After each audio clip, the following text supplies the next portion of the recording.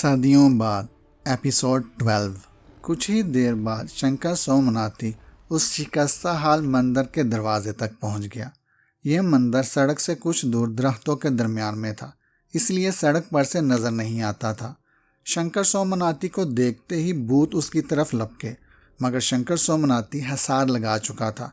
यह रक्षक हसार था, जिसकी वजह से भूत या चड़ेले वगैरह उसके करीब ना आ सकते थे। भूत उसके गिर्द सुर्ख दायरा देखकर जहां थे वहीं रुक गए, क्योंकि वो जानते थे कि अगर शंकर सोमनाथी को छूने की कोशिश की तो इस संसार से हमेशा के लिए मुक्ति मिल जाएगी। शंकर सोमनाथी बड़े रौब से चलता हुआ दरवाजे की तरफ बढ़ा। फिर उसने एक धक्का दिया और दरवाज़ा उखड़कर अंदर आंगन में जा गिरा। उसके अंदर दाखिल होते ही हर तरफ चीहो पुकार मच गई। चमगादड़ें फजा में बुलंद हो गई। चड़ेलें चीखें मारती हुई वहां से निकल भागी। अब शंकर सोमनाथी रागा बिन मलियान के बुत के सामने खड़ा था और मुस्कुराकर उसकी तरफ देख रहा था। शंकर सोमनाथी को देखकर रागा बिन मलियान का दिल बाग बाग हो गया। वो शंकर सोमनाथी से बात ना कर सकता था और ना ही उससे मिल सकता था, मगर उसको देखते ही हौसला बढ़ गया कि शंकर सोमनाथी मुझे अब इस अजाब से ज़रूर निजात दिला देगा। शंकर सोमनाथी ने उसकी तरफ देखते हुए कहा, मैं आ गया हूँ रागा। मैं जानता हूँ कि तुम ना बोल सकते हो और ना ही हिल सकते हो, मगर तुम मेरी आवाज़ ज़रूर सुन सकते हो। शंकर को मारना इतना आसान नहीं है रागा। अगर शंकर को मारना इतना आसान होता तो वो तुम्हें हासिल करने का सपना कभी ना देखता। मैंने तुम्हें कहा था ना कि शंकर सोमनाथी अब तुम्हारा आका है और अब तुम्हें मेरा हर हुक्म मानना पड़ेगा। देख ले रागा, शंकर फिर से तेरे सामने है। तुझमें ताब नहीं है कि तुम मेरे हुक्म से इनकार कर सके। रागा बिन मलियान शंकर सोमनाथी की बातें सुनकर सोच रहा था कि शंकर मेरे दोस्त, मुझे तू ही इस अजाब से निजात दिला सकता है। मुझे जल्दी से इस अजाब से निजात दिला दे। मैं हमेशा तेरा गुलाम बनकर रहूँगा। शंकर सोमनाथी अभी रागा बिन मलियान पर कोई मंत्र पढ़ना ही चाहता था कि अचानक सहन में जिन उतरना शुरू हो गए। ये 1000 जिन थे जो धरती के देवता सोमदाम ने भेजे थे। उन्होंने आते ही शंकर सोमनाथी पर आग के गोले बरसाने शुरू कर दिए, मगर वो आग के गोले शंकर सोमनाथी के हसार से टकराते ही चिंगारियों की शक्ल में फैल जाते थे। यूं महसूस हो रहा था जैसे शंकर सोमनाथी के चारों तरफ फुलझड़ियां छूट रही हों। रागा बिन मलियान का दिल चाह रहा था कि वह चीख चीख कर इन जिन्नों से कहे कि मेरे दोस्त को ना मारो, यही तो मेरा मसीहा है, ये तो मुझे इस अजाब से निजात दिलाने आया है। मगर वह मजबूर खड़ा था, क्योंकि ना तो बोलना उसके इख्तियार में था और ना ही उन जिनों को रोकना उसके बस में था। शंकर सोमनाथी उन जिनों के सामने खड़ा मुस्कुरा मुस्कुरा कर उन्हें देख रहा था, मगर जिन उस पर आग के गोले फेंकने में मसरूफ़ थे। अचानक शंकर सोमनाथी ने हाथ का इशारा किया और जो जिन जिस जगह था वहीं पत्थर का हो गया। शंकर सोमनाथी ने फिर हाथ का इशारा किया और तमाम पत्थर के जिन बर्फ़ की तरह पिघलने लगे। फिर शंकर ने अपना हसार ख़त्म किया। शंकर सोमनाथी ने कोई मंत्र पढ़कर रागा बिन मलियान पर फूंका, मगर उसकी हालत ना बदली। शंकर सोमनाथी ने कहा, रागा बिन मलियान, तुम पर एक नूरी हसार लगा हुआ है, इसलिए तुम अपनी असली हालत पर नहीं आ रहे। मगर शंकर सोमनाथी के पास उसका हल भी मौजूद है। ये कहकर उसने जेब से एक छोटी सी शीशी निकाली, जिसमें सफ़ेद चांदी जैसा चमकदार पानी सा था। शंकर सोमनाथी ने वो शीशी खोलकर चमकदार सयाल रागा बिन मलियान पर छिड़क दिया। चमकदार सयाल गिरते ही रागा बिन मलियान की तमाम स्याही धुल गई और वो अपने असली रूप में आ गया। वो दौड़कर शंकर सोमनाथी के पाँव में गिर गया और कहने लगा, शंकर मेरे दोस्त, मेरे मसीहा, मुझे क्षमा कर दे। मैंने गुस्से में तेरे साथ बहुत अन्याय किया था। अब मैं हमेशा तेरा गुलाम हूँ। जो तू चाहेगा मैं वही करूँगा। शंकर सोमनाथी ने उससे उठने के लिए कहा और बोला, रागा बिन मलियान, आज से तुम मुझे फिर से अपना दोस्त पाओगे, मगर याद रखना, मुझसे धोखा करने की कोशिश ना करना, वरना शंकर सोमनाथी की शक्ति से तुम वाकिफ़ ही हो। उसे शंकर सोमनाथी के पांव पड़ते देखकर तमाम चड़ेलें और गौर आत्माएं दम बहुद रह गए और अगले ही लम्हे वो भी हाथ बांधे शंकर सोमनाथी के सामने खड़े थे। रागा बिन मलियान ने शंकर सोमनाथी के चरणों में से उठकर बदरूहों से कहा, मेरी मददगार बदरूहो और मेरी रक्षक चड़ेलो, शंकर सोमनाथी मेरा दोस्त भी है और मेरा उस्ताद भी है। आज के बाद ये मेरे साथ ही रहेगा और उसका हर हुक्म मानना तुम्हारे कर्तव्य है। उसने मुझे एक दर्दनाक अजाब से मुक्ति दिलाई है, इसलिए मैं उसका आभारी हूँ। यार शंकर, तू मुझसे जो चाहे काम ले सकता है, मगर मुझे एक काम के लिए तुम्हें मोहलत भी देनी होगी और मेरी मदद भी करनी होगी। शंकर सोमनाथी ने तजस्सुस से पूछा, ऐसा कौन सा काम है? सामरी ने मेरे साथ धोखा किया है। मैं उसे और शलराग को मौत के घाट उतारना चाहता हूँ और मैं जानता हूँ कि ये काम मैं तुम्हारी मदद के बगैर नहीं कर सकता। मैं खुद भी सामरी को मारकर सारे आज़म का खिताब हासिल करना चाहता हूँ। चलो, तुम्हारी आत्मा को भी सुकून मिल जाएगा। मैं उन दोनों को मारने में तुम्हारी मदद ज़रूर करूँगा, मगर यह काम तुम्हें जल्द ही करना पड़ेगा, क्योंकि तुम भी जानते हो कि काली देवी ने मुझे कहा था कि जब तुम कैद से रिहा हो जाओगे उसके 7 घंटे के अंदर अंदर मैं तुम्हारी बेंट ले लूँगी। पहले जब मैंने तुम्हें मारा था तो उसके कुछ ही देर बाद मैं पत्थर के बुत में तब्दील हो गया था, मगर अब काली देवी मुझे मार देगी। शंकर सोमनाथी ने 2 चुड़ैलों से कहा कि यहाँ मंदिर में एक बड़ा कमरा साफ कर दो और मेरे घर का सामान यहाँ ले आओ। उन्हें हुक्म देकर शंकर सोमनाथी फिर रागा बिन मलियान की तरफ मतवज्जा हुआ और कहने लगा, मैंने तुम्हें उस समय भी कहा था कि मैं तुम्हें काली देवी से बचा लूँगा, और अब भी कहता हूँ कि काली देवी मेरे होते हुए तुम्हारा कुछ नहीं बिगाड़ सकती। अभी शंकर सोमनाथी ने इतना ही कहा था कि हर तरफ अंधेरा सा फैल गया और काली देवी उनके सामने आ खड़ी हुई। उसके एक हाथ में तलवार और दूसरे हाथ में एक ताज़ा कटा हुआ इंसानी सर था। उसके और भी कई हाथ थे, मगर वो हाली थे। उसने आते ही कहका लगाया और कहका लगाते हुए उसके मुंह से ताज़ा इंसानी खून के छींटे उड़ने लगे। उसने इंसानी सर से खून चूसते हुए कहा, आज तुम आज़ाद हो, आज तुम्हारी बलि का दिन है। उसकी बात सुनकर रागा बिन मलियान घबरा गया, मगर शंकर सोमनाथी ने काली देवी से मुहातिब होकर कहा, तुम किस कानून के तहत इसकी भेंट लेना चाहती हो? शंकर सोमनाथी की बात सुनकर काली देवी ने गुस्से से खून थूकते हुए जवाब दिया, शंकर, तुम मुझे कानून सिखा रहे हो, जबकि जादू की दुनिया में कानून बनाने वालों में मुझे एक अहम हैसियत हासिल है। अहम हैसियत का मतलब ये नहीं है कि तुम उसका नाजायज़ फ़ायदा उठाओ। मुझे तुम कानून बताओ कि उसकी भेंट किस कानून से लेने आई हो, फिर तुम उसकी भेंट ले सकती हो। रागा बिन मलियान सहमा सहमा सा खड़ा उनकी गुफ्तगू सुन रहा था। वो जानता था कि शंकर सोमनाथी बड़ी शक्ति रखता है, मगर फिर भी काली देवी का खतरा उसके सामने मौजूद था। काली देवी ने शंकर सोमनाथी की तरफ नफरत और तन से देखते हुए कहा, मैं देवताओं के कानून के मुताबिक इसकी भेंट लेने आई हूँ, क्योंकि इसको हमने तिल्स्मी अंगूठी के ज़रिए मुफाद पहुँचाया है और ये कानून के मुताबिक तिल्स्मी अंगूठी को इंसानी खून से स्नान नहीं करा सका, इसलिए मैं इसकी भेंट लूँगी। अब बताओ, तुम्हें क्या एतराज़ है? जब उसके हाथ में तिल्स्मी अंगूठी थी उस समय ये अर्जुन के जिस्म में था और उसकी तिल्स्मी अंगूठी अब भी अर्जुन के जिस्म में होगी। तुमने उस समय अर्जुन के जिस्म को मुफाद पहुँचाया था, इसलिए तुम अर्जुन के जिस्म की भेंट की हकदार हो और उसका जिस्म सामरी के किले के तहखाने में मौजूद है। जाओ और उसकी भेंट लो, वरना शंकर कानून बता सकता है तो उस पर अमल दरामद भी करा सकता है। शंकर अगरचे उस समय ये अर्जुन के जिस्म में था, मगर आत्मा तो यही थी, और जिस जिस्म में आत्मा हो भेंट उसी की ली जाती है। अर्जुन का जिस्म तो मुर्दा हो चुका है, इसलिए फिर भी भेंट इसी की ली जाएगी। इसका मौजूदा जिस्म तो पहले ही बलिदानी बदन है। उसकी भेंट देखकर तो सामरी ने अमर शक्ति और काली शक्तियों पर दस्तरस हासिल की थी। ये कौन से कानून में लिखा है कि एक ही जिस्म की 2 बार भेंट ली जा सकती है? इसका जिस्म बलिदानी है, इसलिए तुम उसकी बलि नहीं ले सकती। अगर सीधी तरह वापस जाना है तो जाओ, वरना मुझे बताओ, मैं तुम्हें अन्याय नहीं करने दूंगा।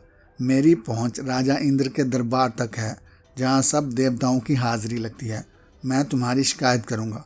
ये सुनकर काली देवी ने गुस्से से कहा, शंकर, मैं तुझे भी देख लूंगी। जब भी तू मेरे हाथ आया मैं तुझे कच्चा चबा जाऊंगी। ये कहकर वो गायब हो गई और शंकर सोमनाथी ने हंसते हुए कहा, अभी तो वो दांत भी दुनिया में नहीं आए जो शंकर को कच्चा चबा सके, फिर तू किस खेत की मूली है? काली देवी के जाने के बाद रागा बिन मलियान के चेहरे पर रौनक आ गई। उसने शंकर सोमनाथी से कहा, मुझे मालूम था कि तुम मुझे किसी न किसी तरह बचा लोगे।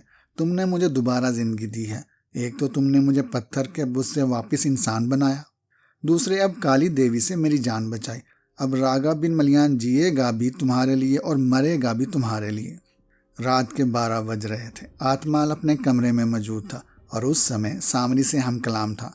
सामरी उसे कह रहा था, आत्माल, तुमने जो बुत भेजा है काली शक्तियों का गुरु कहता है कि वो रागा बिन मलियान का बुत नहीं है।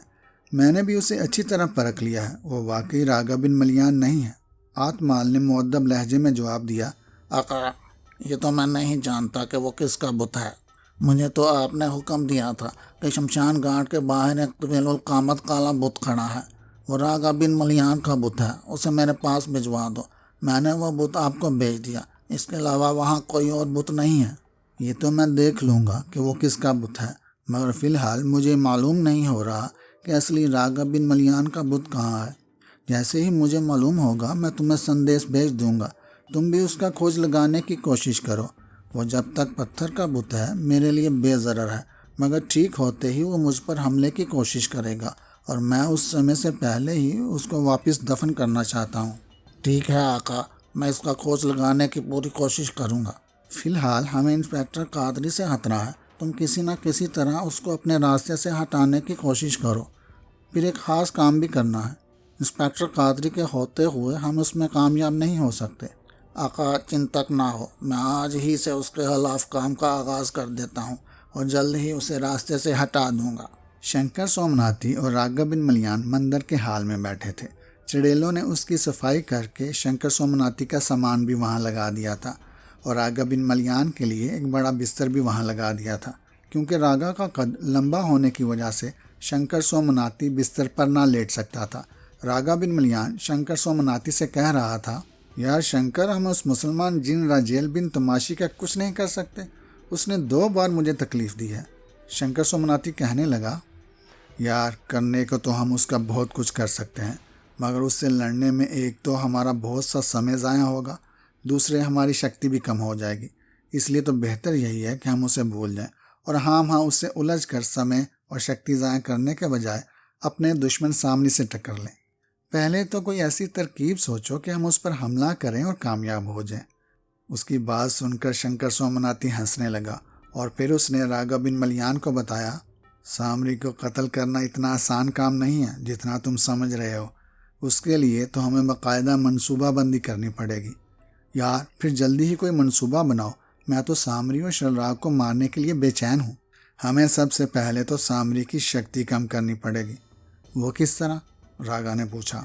हमें सबसे पहले उसके 10 रास आत्माल और शलराग को ख़त्म करना होगा, क्योंकि उनसे सामरी अक्सर काम लेता है। उनके ख़त्म हो जाने के बाद सामरी तन्हा रह जाएगा, उसका मुकाबला हम कर लेंगे। मगर उसकी बदरूहें और जिन वगैरह भी तो हैं, रागा ने शंकर को याद दिलाने के से अंदाज में कहा। बदरूहें और जिन्नात वगैरह को मैं किसी गिनती में नहीं रखता, ये शंकर का कुछ नहीं बिगाड़ सकते। सबसे पहले हम किसे मारेंगे, आत्माल को या फिर शलराग को? मेरे ख्याल में सबसे पहले आत्माल को मारना पड़ेगा, क्योंकि एक तो वो इसी शहर में रहता है और हमें आसानी से मिल जाएगा। दूसरे, उसके मरने से सामरी का यहाँ से राब्ता मुनक़ता हो जाएगा और वो आत्माल का बदला लेने के लिए शलराग को ज़रूर भेजेगा। जैसे ही शलराग आएगा हम उसे आसानी से शिकार कर लेंगे, क्योंकि उसके ख्वाब व ख्याल में भी ना होगा कि कोई मुझे ख़त्म कर सकता है। ये सुनकर रागा बिन मलियान का चेहरा खुशी से दमक उठा और वो बेख्तियार बोल उठा, यार शंकर, तू वाकई महान जादूगर भी है और बुद्धिमान भी। तुझे तो वाकई साहरे आज़म का खिताब मिलना ही चाहिए। वो दिन भी ज़रूर आएगा जब मैं साहरे आज़म कहलाऊँगा, इस संसार पर मेरी हुकूमत होगी। अभी वो ये बातें कर ही रहे थे कि एक डांचा उनके सामने आया और अदब से एक तरफ खड़ा हो गया। कहो, क्या खबर लाए हो? शंकर सोमनाथी ने उसे खड़े देखकर पूछा। आत्माल को सामरी ने हुक्म दिया है कि इंस्पेक्टर कादरी को अपने रास्ते से हटा दो। मैं तुमसे एक ज़रूरी काम लेना चाहता हूँ और साथ ही ये भी कहा है कि रागा बिन मलियान का भी खोज लगाओ कि वो कहाँ है। शंकर सोमनाथी ने ढांचे से दरियाफ्त किया, ऐसा कौन सा काम है जो सामरी उससे लेना चाहता है? ये तो अभी उसने आत्माल को भी नहीं बताया। तुम जाओ और आत्माल की मुसलसल निगरानी करो और जैसे ही वो इंस्पेक्टर कादरी पर हमले के लिए जाए हमें फ़ौरन खबर करो। ठीक है आका। और ये कहकर ढांचा गायब हो गया। रागा बिन मलियान ने पूछा, इंस्पेक्टर कादरी पर हमले से हमें क्या फ़ायदा होगा? शंकर सोमनाथी ने बिस्तर पर लेटते हुए जवाब दिया, इस तरह हमारा काम आसान हो जाएगा। जब आत्माल इंस्पेक्टर कादरी पर हमला करके उसे ख़त्म कर देगा तो हम फ़ौरन ही आत्माल पर हमला करके उसे मार देंगे। इस तरह एक तो हमारा दुश्मन इंस्पेक्टर कादरी खुद बहुत ख़त्म हो जाएगा, दूसरे आत्माल के मुतल्लिक सामरी यही समझेगा कि उसे इंस्पेक्टर कादरी के किसी मुवक्किल ने मार दिया है और फिर हम पर शक करने के बजाय वो शलराग को आतमाल की जगह भेजेगा। शलराग के आने पर हम उसे भी ख़त्म कर देंगे। इस तरह हमारे दुश्मन भी मर जाएंगे और सामरी भी तनहा हो जाएगा। वाह, क्या तरकीब है। मुझे विश्वास है कि हम ज़रूर कामयाब हो जाएंगे। इंस्पेक्टर कादरी अपने घर के एक कमरे में बैठा था। तमाम लाइटें बंद थी।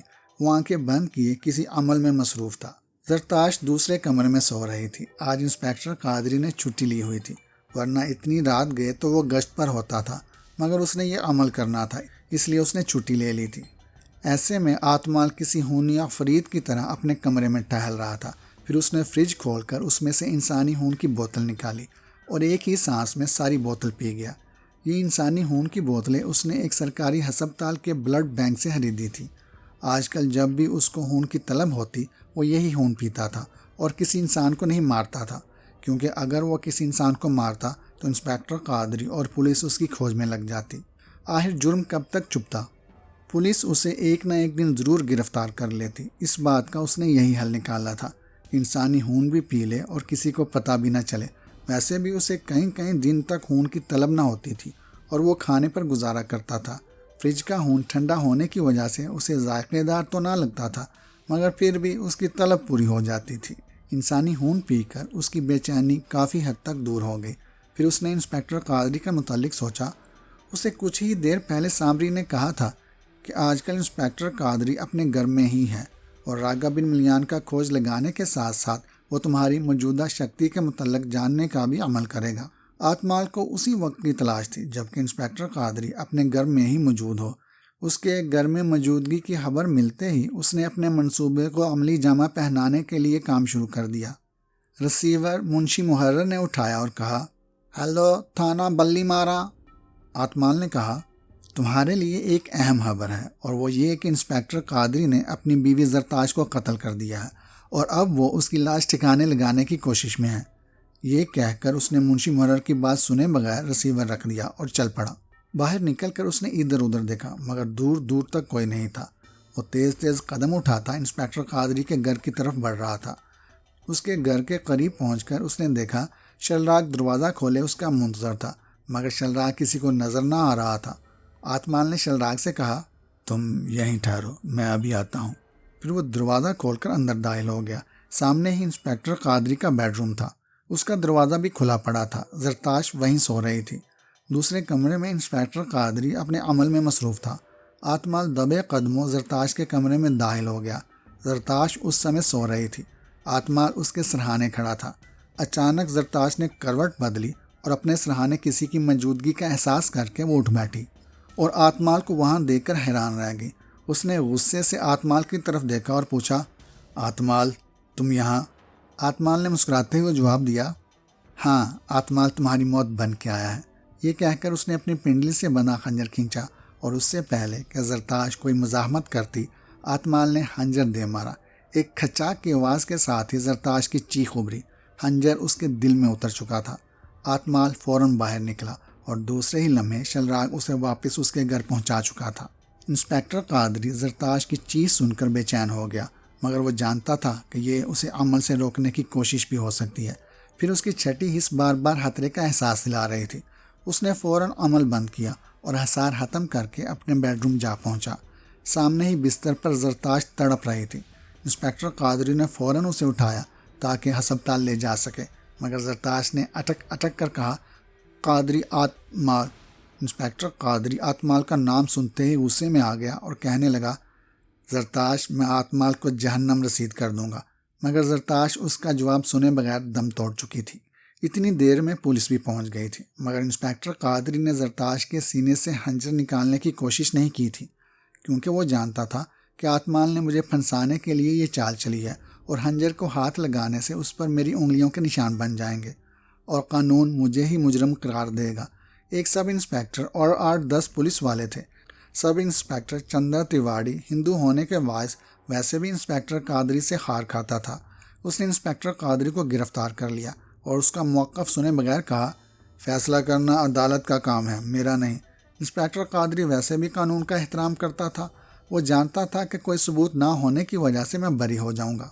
सब इंस्पेक्टर चंद्र तिवारी ने सिपाहियों को फिंगरप्रिंट बनवाने और लाश का पोस्टमार्टम के लिए भिजवाने का कहा और खुद इंस्पेक्टर कादरी को लेकर थाने पहुंच गया और सुबह होते ही इंस्पेक्टर कादरी को केस बनाकर अदालत में भेज दिया, जहां से उसे फैसला होने तक जेल भेज दिया गया।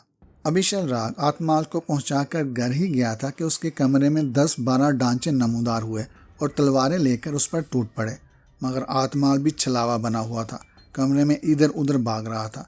सामरी अपने तहखाने में बैठा आत्माल और शलराग की सारी कार्रवाई देख रहा था और खुश हो रहा था कि आज आत्माल ने एक बड़े दुश्मन को अपने रास्ते से हटा दिया। वो शलराग को भी उसकी कारकर्दगी पर शाबाश दे रहा था, क्योंकि शलराग अभी अभी उसके सामने पहुंचा था और दीवार पर अब भी आत्माल के कमरे का मंजर दिखाई दे रहा था। अचानक सामरी की नज़र आत्माल पर पड़ी। 10-12 डांचे तलवारें लिए उस पर हमला कर रहे थे। वो उनसे बचने के लिए इधर उधर भाग रहा था। ये देखते ही सामरी फौरन चीहा, शलराग जल्दी जाओ, आत्माल को बचाओ। मगर शलराग उसके कहने से पहले ही ये सब देखकर वहाँ पहुँच चुका था। उसने फौरन आत्माल को पकड़ा और दूसरे ही लम्हे वो आत्माल समेत सामरी के पास पहुँच गया। आत्माल इतनी देर में जगह जगह से जख्मी हो चुका था। सामरी ने उसे फौरन अपने ताबूत में लेटने के लिए कहा और खुद हाथ बुलंद किया। दूसरे ही लम्हे उसके हाथ में एक प्लास्टिक का डिब्बा था जिसमें स्याह मरहम थी। सामरी ने वो मरहम शलराग को दी और उसे आत्माल के जख्मों पर लगाने के लिए कहा और खुद दीवार की तरफ मतवज्जा हो गया।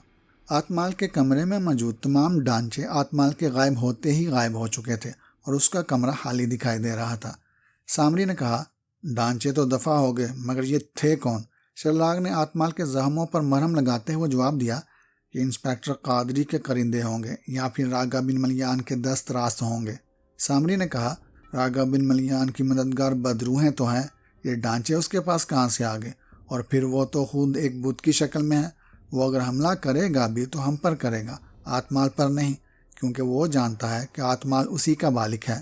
ये डांचे ज़रूर इंस्पेक्टर कादरी के करिंदे ही होंगे, मगर तुम देखते रहो, उसे मैंने फांसी ना लगवा दिया तो मेरा नाम भी साहरे आदम सामरी नहीं।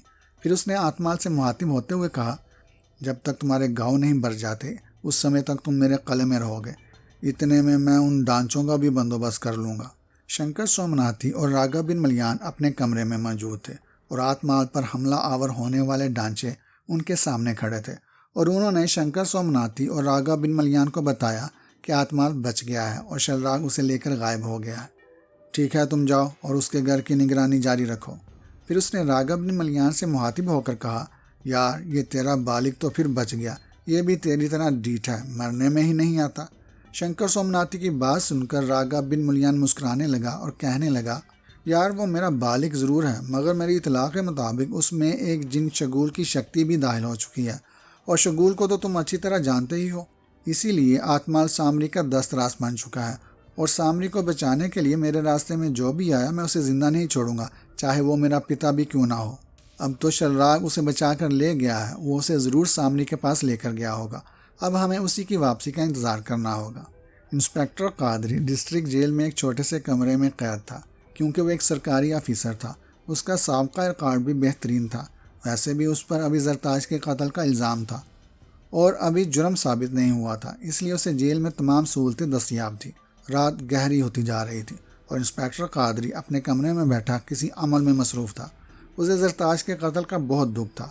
उसे ये भी मालूम था कि जरताज को आत्माल ने कत्ल किया है, मगर उसके पास आत्माल के खिलाफ कोई सबूत ना था, बल्कि वो तो उल्टा आत्माल के जुर्म में गिरफ्तार था।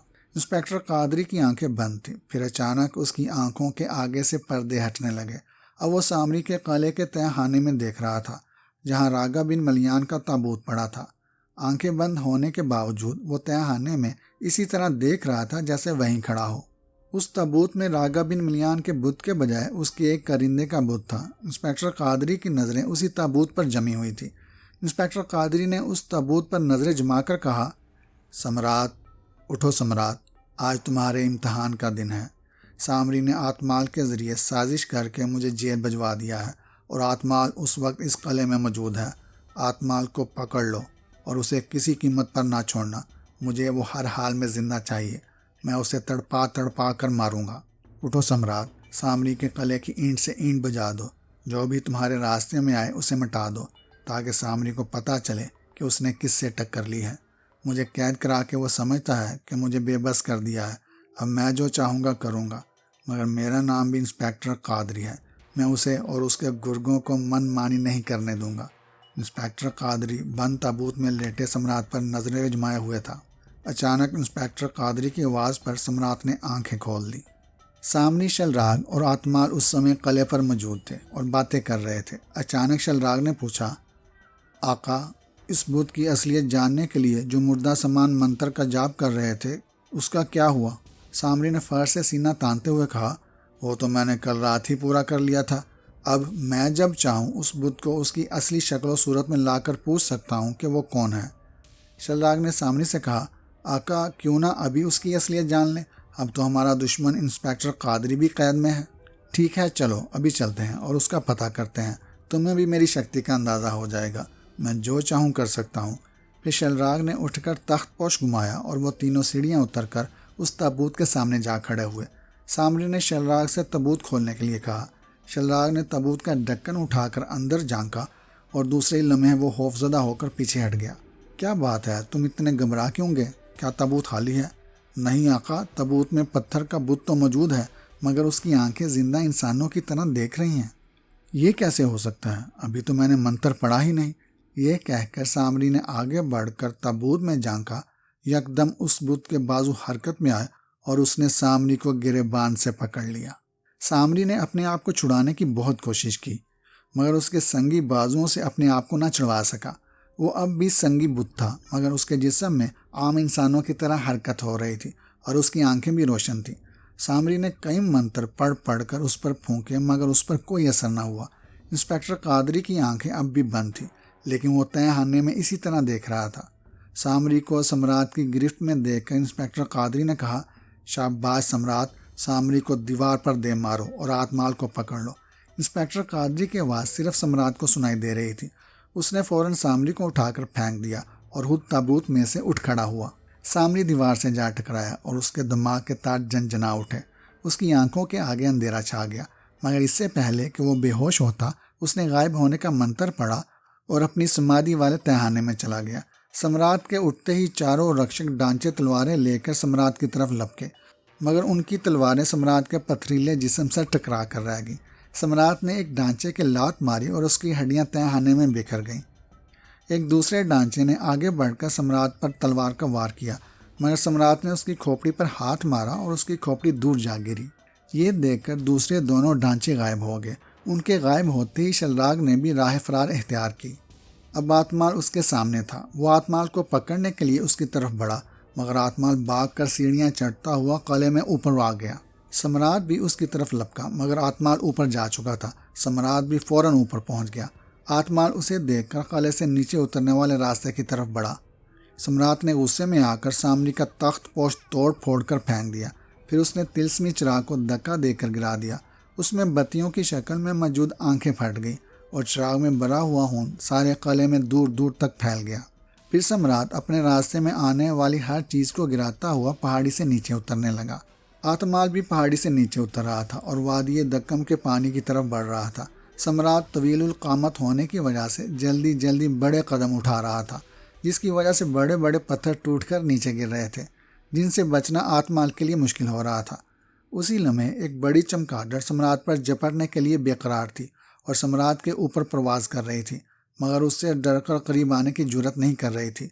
ये रूपा थी, जो आत्माल को बचाने की कोशिश में थी, मगर उसे बचा ना पा रही थी। अचानक आत्माल एक बड़े पत्थर की जद में आ गया। वादी के सन्नाटे में एक चीख गूंजी और आत्माल लुढ़कता हुआ वादी के पानी में जा गिरा। इससे पहले कि सम्राट उस तक पहुंचता, रूपा आत्माल से लिपट गई और उसे अपने पंजों में उठाकर ले जाने लगी, मगर पूरी ताकत लगाने के बावजूद वो उसे हिला भी ना सकी, क्योंकि उसमें शगुल की शक्ति भी मौजूद थी, जिसकी वजह से उसके वजन में कई गुना इजाफा हो चुका था। सम्राट भी आत्माल के करीब पहुंच चुका था। उसको अपनी तरफ बढ़ता देखकर आत्माल एक झटके से उठ खड़ा हुआ। अब उसने भागने के बजाय सम्राट से मुकाबला करने का सोचा और अपनी शक्तियों से काम लेने लगा। दूसरे ही लम्हे उसका जिस्म बढ़ना शुरू हो गया। कुछ ही देर में वह शगुल की शक्ल इख्तियार कर गया। इंस्पेक्टर कादरी अभी तक वहां देख रहा था। आत्माल के शगुल में बदलते ही इंस्पेक्टर कादरी ने अंदाज़ा लगा लिया कि आत्माल में शगुल की शक्ति मौजूद है, जिसकी वजह से उसमें इतनी शक्ति आ गई है। इंस्पेक्टर कादरी ने मुंह ही मुंह में कुछ पढ़ा और आतमाल की तरफ फूंक दिया। दूसरे ही लम्हे आतमाल का जिस्म पानी में गिर गया, मगर आतिशी शगुल इसी तरह खड़ा रहा और इससे पहले कि सम्राट और शगुल आपस में टकरा जाते, इंस्पेक्टर कादरी ने कुछ और पढ़कर शगुल की तरफ फूंक मारी। आतिशी शगुल के जिस्म की आग इस तरह बुझ गई जैसे हवा से मोमबत्ती बुझ जाती है। आतिशी शगुल हवा में तहलील हो चुका था। उसके हवा में तहलील होते ही इंस्पेक्टर कादरी ने कहा, सम्राट, आतमाल को पकड़ लो, उसकी शक्ति अब खत्म हो चुकी है। सम्राट ने यह सुनते ही आतमाल को उठाकर किसी खिलौने की तरह अपने कंधे पर रख लिया। रूपा चमगादड़ के रूप में चीख रही थी ताकि सामरी या उसके कारिंदे आतमाल की मदद करें, मगर वहाँ की तो बदरूहें तक सम्राट को देखकर भाग चुकी थी। इंस्पेक्टर कादरी ने सम्राट से कहा, सम्राट, आतमाल को अपनी कैद में रखना, मैं जब चाहूँगा तुम्हें बुला लूँगा। ये सुनते ही सम्राट गायब हो गया और इंस्पेक्टर कादरी ने आंखें खोल दी।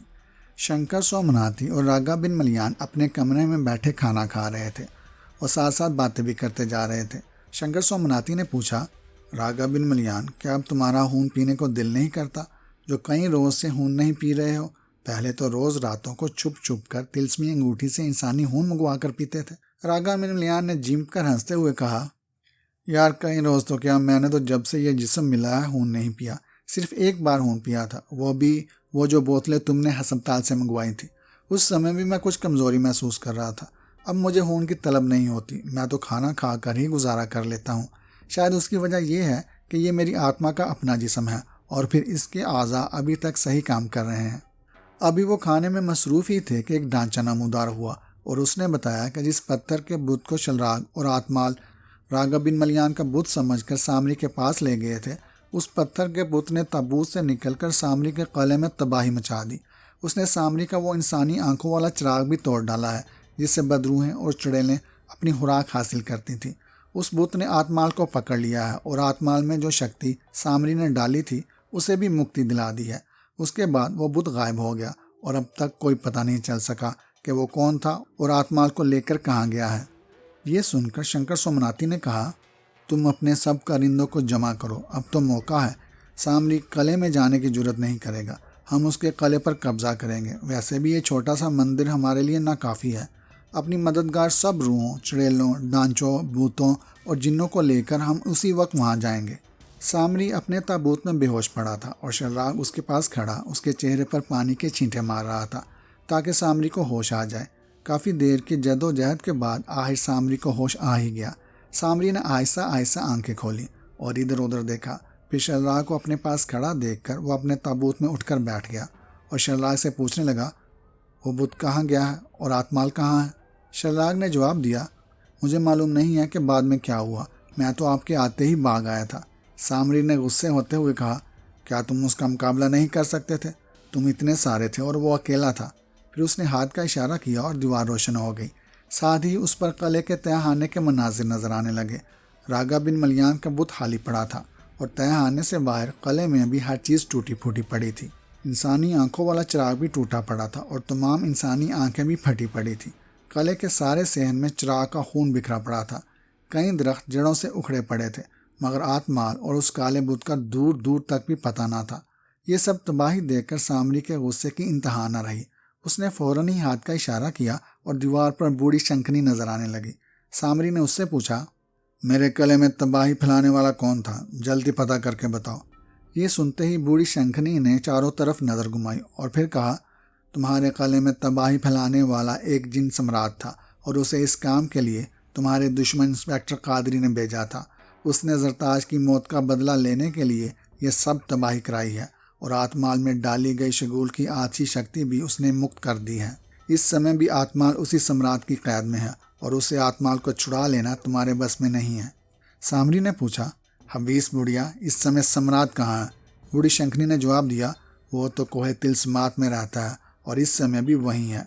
आतमाल को उसने चांदी की जंजीरों से बांध रखा है। ये सुनकर सामरी ने कहा, चल दफा हो जा हबीस बुढ़िया। फिर उसने शलराग से कहा, ये सब तुम्हारी वजह से हुआ है, ना तुम वहाँ से भागते और ना ही ये सब तबाही होती। तुम सम्राट पर तिलस्मी जंगला भी गिरा सकते थे, मगर अब तुम नकारा होते जा रहे हो। तुम्हारी बुज़दिली की वजह से मैं कई बार नुकसान उठा चुका हूँ। अगर आइंदा कोई गलती की तो तुम्हें अगली पिछली तमाम गलतियों की सज़ा दूंगा। शलराग खामोशी से खड़ा सामरी की जली कटी बातें सुन रहा था। क्योंकि वो जानता था कि इस समय सामरी से बहस करना उसे गुस्सा दिलाने के मुतरादिफ है और सामरी पहले ही गुस्से में था। हो सकता था इस तरह वो शर्राग को कोई सजा ही दे बैठता।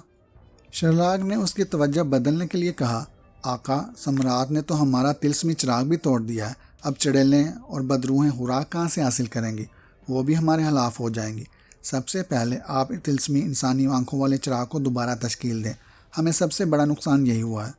सामरी ने कहा, मुझे इंसानी आंखों वाले चिराग के टूटने की चिंता नहीं है। उसकी मुद्दत तो वैसे भी पूरी होने वाली थी और मैं उसको दोबारा से तश्कील देना चाहता था।